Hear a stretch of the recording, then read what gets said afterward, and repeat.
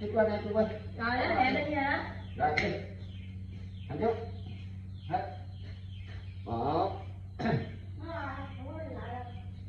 Hai. Lẹ lên. Ba.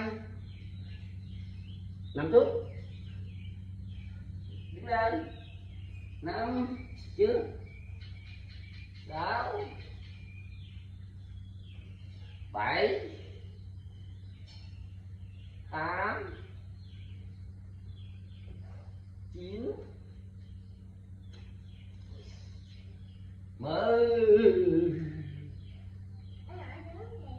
Rồi đứng dậy. Một. Hai ta. Hai. Đấy.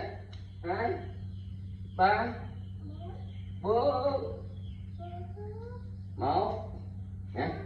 Hai. Đây nè, hai nè. Hai. Ba. Bốn. Chưa đến bốn. Một.